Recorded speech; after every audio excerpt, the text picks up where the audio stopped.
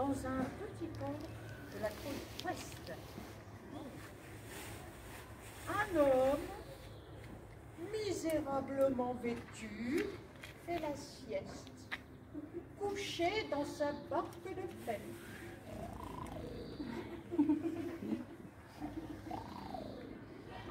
Un touriste, élégamment vêtu, photographie ce tableau idyllique.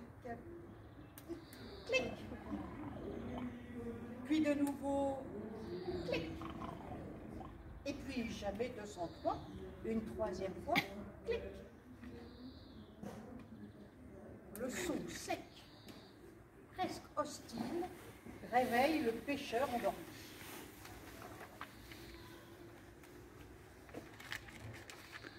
Il se redresse, engourdi, et lance le touriste un regard agacé.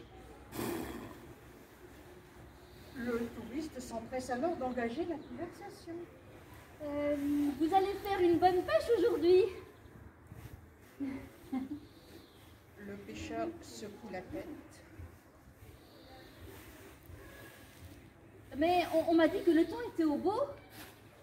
Le pêcheur hoche la tête.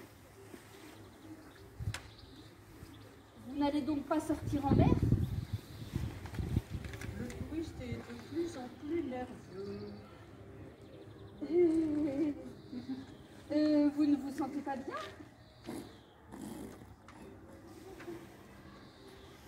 Je me sens parfaitement bien. Ah. Je ne me suis jamais senti aussi bien.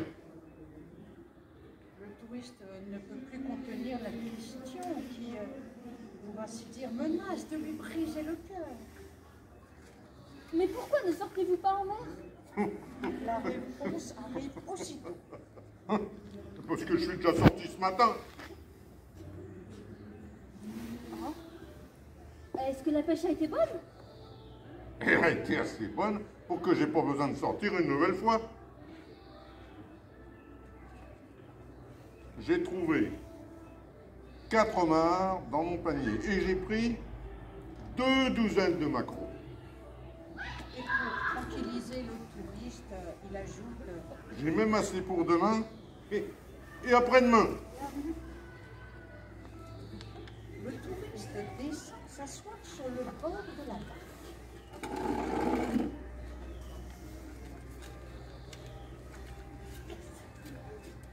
Je ne peux pas me mêler de vos affaires, mais imaginez que vous sortiez une deuxième fois, une troisième fois, voire même une quatrième fois. Toc toc.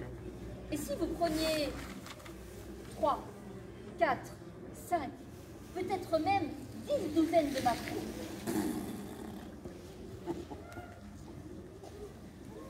Imaginez un peu. Le pêcheur hoche la tête. Et si demain aussi, et après-demain, vous sortiez en mer 2, 3, ou peut-être 4 fois, savez-vous ce qui arriverait? Le pêcheur secoue la tête.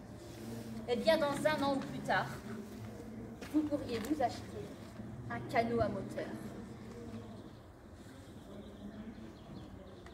Dans 2 ans, un deuxième canot. Dans 3 ou 4 ans, vous pourriez peut-être avoir une petite chaloupe avec 2 canots ou un chalutier. Vous prendriez naturellement beaucoup plus de poissons.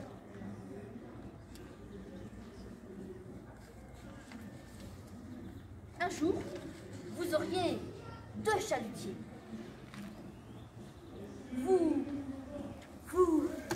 L'enthousiasme lui dérobe la voix pour un instant. Vous pourriez construire un petit hangar frigorifique. Peut-être une filerie. Et plus tard, une conserverie. Et vous pourriez même vous déplacer déplacer en hélicoptère privé, repérer les bancs de poissons et donner par radio des instructions à vos chalutiers. Vous pourriez acquérir les droits de la pêche au saumon. Ouvrir un restaurant de poissons.